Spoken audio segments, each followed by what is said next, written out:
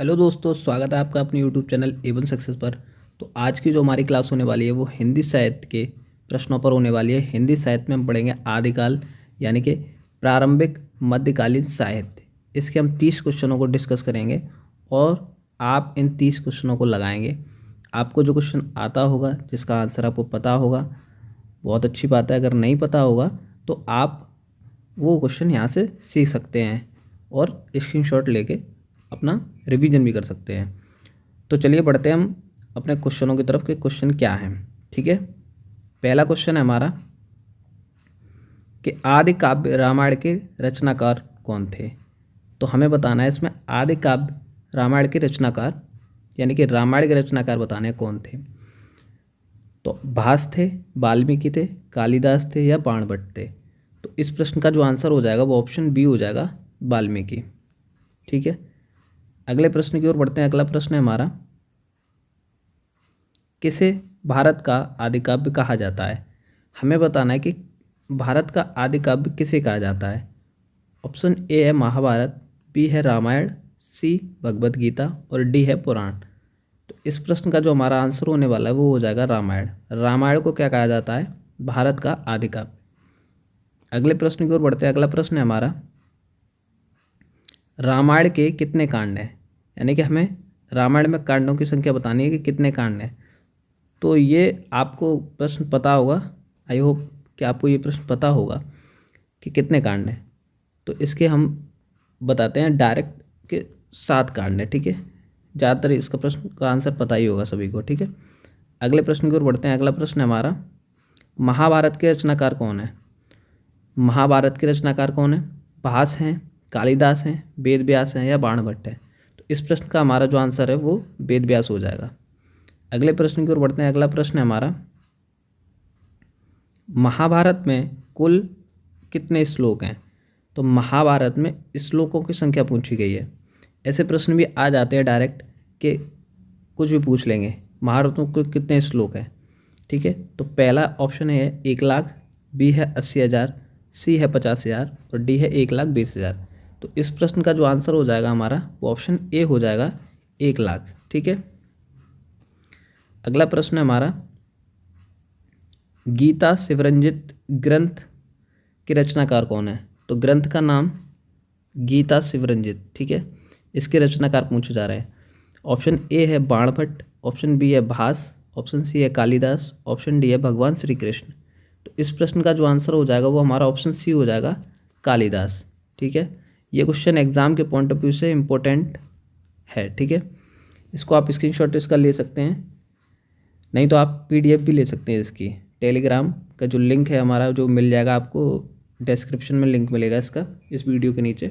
ठीक है, तो आप वहाँ से भी जाके इस पीडीएफ को डाउनलोड कर सकते हैं। अगर आपको पीडीएफ चाहिए तो आप कमेंट बता सकते हैं कि पीडीएफ चाहिए हमें। ठीक है, तो टेलीग्राम पे हम इस पीडीएफ को सेंड कर देंगे। ठीक है, अगले प्रश्न को पढ़ते हैं। अगला प्रश्न है हमारा, किसने काव्य प्रकाश नामक ग्रंथ लिखा। तो ग्रंथ का नाम क्या है, काव्य प्रकाश। किसने लिखा ये बताना हमें।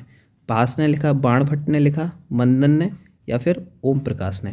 तो इस प्रश्न का जो हमारा आंसर हो जाएगा वो ऑप्शन बी हो जाएगा, यानी कि बाणभट्ट। इस प्रश्न का हमारा राइट आंसर हो जाएगा। अगले प्रश्न की ओर बढ़ते हैं। अगला प्रश्न है हमारा, रामायण के किस कांड में राम का वनवास वर्णित है। तो राम का वनवास कौन से कांड में वर्णित है ये बताना है। अयोध्या कांड में, किष्किंधा कांड में, सुंदर कांड या बाल कांड। तो इस प्रश्न का जो हमारा आंसर हो जाएगा वो ऑप्शन ए हो जाएगा, अयोध्या कांड। अगले प्रश्न की ओर बढ़ते हैं। अगला प्रश्न है, किसने नालंदा विश्वविद्यालय की स्थापना की।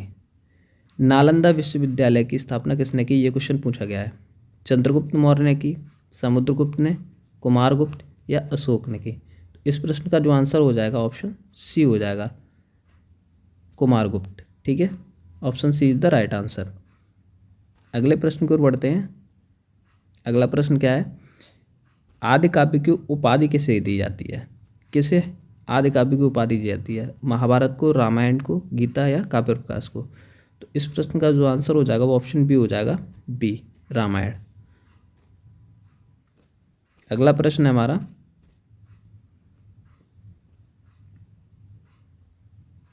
किस संस्कृत नाटक के रचनाकार भास हैं। ये 4 संस्कृत नाटक हैं, इनमें से आपको बताना है कि किसके रचनाकार भास है। ठीक है, ऑप्शन ए है स्वप्न वसवदत्तम, ऑप्शन बी है विक्रमोर्वशीयम, ऑप्शन सी है उत्पल मालिका और ऑप्शन डी है अभिज्ञान शाकुंतलम। तो इस प्रश्न का जो आंसर हो जाएगा हमारा ऑप्शन ए हो जाएगा स्वप्न वसवदत्तम। तो ये क्वेश्चन एग्ज़ाम के पॉइंट ऑफ व्यू से इम्पोर्टेंट हो जाएगा, आप इसका स्क्रीनशॉट ले सकते हैं। तो ऑप्शन ए हमारा राइट आंसर हो जाएगा। ठीक है, अगले प्रश्न की ओर बढ़ते हैं। अगला प्रश्न है हमारा, वेद व्यास द्वारा रचित महाभारत का उपकाव्य कौन सा है। ठीक है, हमें बताना है कि महाभारत का उपकाव्य कौन सा है। विक्रमादित्य, रामायण है, भगवत गीता है या शालिवाहन है। तो इस प्रश्न का जो आंसर हो जाएगा हमारा ऑप्शन सी हो जाएगा भगवत गीता। ठीक है, अगला प्रश्न हो जाएगा। अगला प्रश्न देखते हैं क्या है अगला प्रश्न। महाकवि कालिदास का प्रसिद्ध नाटक क्या है। महाकवि कालिदास का हमें बताना है प्रसिद्ध नाटक कौन सा है। रघुवंश है, विक्रमोर्वशीयम है या अभिज्ञान शाकुंतलम है या मेघदूत है। तो इस प्रश्न का जो आंसर हो जाएगा वो हमारा सी हो जाएगा अभिज्ञान शाकुंतलम। अगले प्रश्न की ओर बढ़ते हैं। अगला प्रश्न है हमारा, रामायण के किस कांड में रावण वध का वर्णन है। तो हमें बताना है रावण वध का वर्णन किस कांड में, युद्ध कांड में, सुंदर कांड में या किष्किंधा कांड या अयोध्या कांड। तो इस प्रश्न का जो आंसर हो जाएगा वो हमारा हो जाएगा ए युद्ध कांड। अगले प्रश्न की ओर बढ़ते हैं। अगला प्रश्न है, कालिदास का प्रसिद्ध काव्य कौन सा है। हमें बताना है कालिदास का प्रसिद्ध काव्य कौन सा है। अभिज्ञान शाकुंतलम, मेघदूत, रघुवंश, उपदेश रत्न मालिका। तो इस प्रश्न का जो आंसर हो जाएगा वो हो जाएगा मेघदूत। ठीक है, यानी कि मेघदूत जो है प्रसिद्ध काव्य है किसका, कालिदास का। अगला प्रश्न है हमारा, किस नाटक में शकुंतला की कहानी है। शाकुंतला की कहानी किस नाटक में है ये बताना है हमें। ठीक है, शाकुंतला की विक्रमोर्वशीयम, अभिज्ञान शाकुंतलम, मालती माधव या स्वप्न वसवदत्तम। तो इस प्रश्न का जो आंसर हो जाएगा वो ऑप्शन बी हो जाएगा अभिज्ञान शाकुंतलम। अगला प्रश्न है, किस काव्य में राजा दिलीप का वर्णन है। रघुवंश में, कुमार संभव में, रामायण में या महाभारत में। तो इस प्रश्न का आंसर हो जाएगा हमारा ऑप्शन ए रघुवंश। अगला प्रश्न, संगीत रत्नाकर के लेखक कौन है। भास, सारंगदेव, कात्यायन, बाणभट्ट। तो इस प्रश्न का जो आंसर हो जाएगा वो हमारा ऑप्शन बी हो जाएगा सारंगदेव संगीत रत्नाकर के लेखक हैं। और ये भी हमारा क्वेश्चन जो क्या है इम्पोर्टेंट हो जाएगा एग्जाम के पॉइंट ऑफ व्यू से। ठीक है, अगले प्रश्न की ओर बढ़ते हैं। अगला प्रश्न है हमारा, महाभारत के किस ग्रंथ में भगवान श्री कृष्ण ने अर्जुन को उपदेश दिया है। तो हमें बताना है किस ग्रंथ में भगवान श्री कृष्ण ने अर्जुन को उपदेश दिया है। तो उपनिषद, रामायण, भगवत गीता या शतपथ ब्राह्मण। इस प्रश्न का आंसर तो सभी को ज़्यादातर पता ही होगा, ऑप्शन सी भगवत गीता में उपदेश दिया अर्जुन को। ठीक है, अगला प्रश्न है, महाभारत में कुल कितने पृष्ठ हैं। तो हमें बताना है महाभारत में पृष्ठों की संख्या। ठीक है, 10,000 है, 1,00,000, 18,000 या 24,000। इस प्रश्न का भी आंसर ज़्यादातर सभी को पता होगा 24,000। ठीक है, डी इसका राइट आंसर हो जाएगा। अगले प्रश्न की ओर बढ़ते हैं। अगला प्रश्न है, किसे हिंदी साहित्य का आदि कवि कहा जाता है। ये क्वेश्चन अच्छा है। महर्षि वाल्मीकि, सूरदास, तुलसीदास या कालिदास। थोड़ा कंफ्यूज कर देता है ये वाला क्वेश्चन, तो इस क्वेश्चन को ध्यान से याद रखें। इसका आंसर है सी तुलसीदास। ठीक है, अगले प्रश्न की ओर बढ़ते हैं। अगला प्रश्न है, कुमार संभव किसकी रचना है। कुमार संभव जो है किस कवि की रचना है। कालिदास की है, बाणभट्ट की, भवभूति या भास की। तो इस प्रश्न का जो आंसर हो जाएगा वो हमारा ऑप्शन ए हो जाएगा, कालिदास। ठीक है, कालिदास की रचना है कुमार संभव। ये भी क्वेश्चन क्या है, इम्पोर्टेंट हो सकता है। ठीक है, अगले प्रश्न की ओर बढ़ते हैं। अगला प्रश्न है, राम काव्य के रचनाकार कौन थे? राम काव्य के रचनाकार भास, कालिदास, तुलसीदास या वाल्मीकि। तो इस प्रश्न का जो आंसर हो जाएगा वो ऑप्शन सी हो जाएगा, तुलसीदास।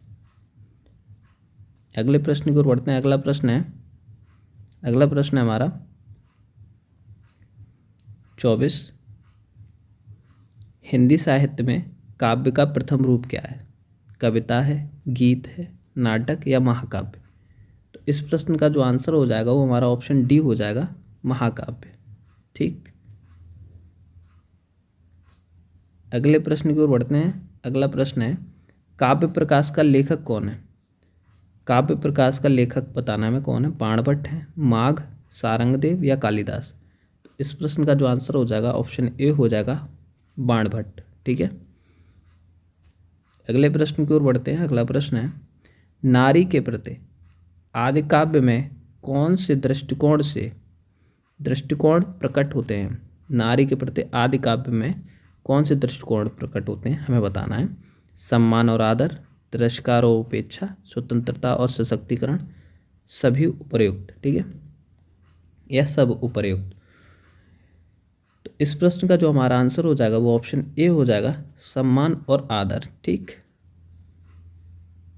अगले प्रश्न को बढ़ते हैं। अगला प्रश्न है, ऋग्वेद के रचनाकार कौन माने जाते हैं? तो हमें बताना है ऋग्वेद के रचनाकार कौन माने जाते हैं। वेदव्यास, वाल्मीकि, ऋषिमंडल, कविवेद। ओके, तो इस प्रश्न का जो आंसर हो जाएगा हमारा ऑप्शन सी हो जाएगा, ऋषिमंडल। ठीक, अगले प्रश्न की ओर बढ़ते हैं। अगला प्रश्न है, सिंहासन बत्तीसी। ये क्वेश्चन इंपॉर्टेंट है, सिंहासन बत्तीसी बहुत से एग्जाम्स में ये पूछा गया है, इम्पोर्टेंट है। ठीक है, सिंहासन बत्तीसी किसकी रचना है? तात्या चंद्रक, कालिदास, बाणभट्ट या पृथ्वीराज रासो। तो इस प्रश्न का जो आंसर हो जाएगा वो तात्या चंद्रक आंसर हो जाएगा। अगले प्रश्न की ओर बढ़ते हैं। अगला प्रश्न है हमारा, आदि काव्य की विशेषता क्या है? हमें बताना है कि आदि काव्य जो है उसकी विशेषता क्या है। ठीक, वर्णनात्मक शैली आदि काव्य की, नायक का आदर्श रूप है, रोमांटिक प्रेम के दर्शन या फिर उपयुक्त सभी। तो इस प्रश्न का जो आंसर हो जाएगा ऑप्शन डी हो जाएगा, उपयुक्त सभी विशेषताएं। ठीक है, अगला प्रश्न और अंतिम प्रश्न है 30, रघुवंश का लेखक कौन है? तो हमें बताना है रघुवंश का लेखक कौन है। तो ये भी इम्पोर्टेंट हो जाएगा क्योंकि लेखक है, लेखक के बारे में पूछते हैं। रचनाकार के जो क्वेश्चंस होते हैं वो इम्पोर्टेंट हो जाते हैं एग्जाम के पॉइंट ऑफ व्यू से, तो ये हमें बेसिस याद रखने होते हैं। तो इसमें बताना है कि इसके लेखक कौन है, भवभूति है, कालिदास है, बाणभट्ट है या भास है। तो इस प्रश्न का जो आंसर हो जाएगा वो ऑप्शन डी हो जाएगा, भास। ठीक है, डी इसका राइट आंसर हो जाएगा। तो ये थी आज की हमारी क्लास, जिसमें आपने देखा होगा 30 क्वेश्चन लगाए होंगे और आपने अपना मूल्यांकन भी किया होगा कि हमारे किस तरह से 30 क्वेश्चन में से आपके कितने ठीक हुए, वो आपको बताने हैं कि आपके कितने क्वेश्चन सही हुए। वीडियो अच्छी लगी हो तो लाइक करें, कमेंट करें और शेयर करें ज़्यादा से ज़्यादा जो एग्ज़ाम्स की तैयारी कर रहे हैं आपने हिंदी में। ठीक, हिंदी की बेसिस। ठीक है, और हमारा चैनल A1 सक्सेस उसको सब्सक्राइब कर लें। मिलते हैं नेक्स्ट वीडियो में नए टॉपिक के साथ, तब तक के लिए धन्यवाद।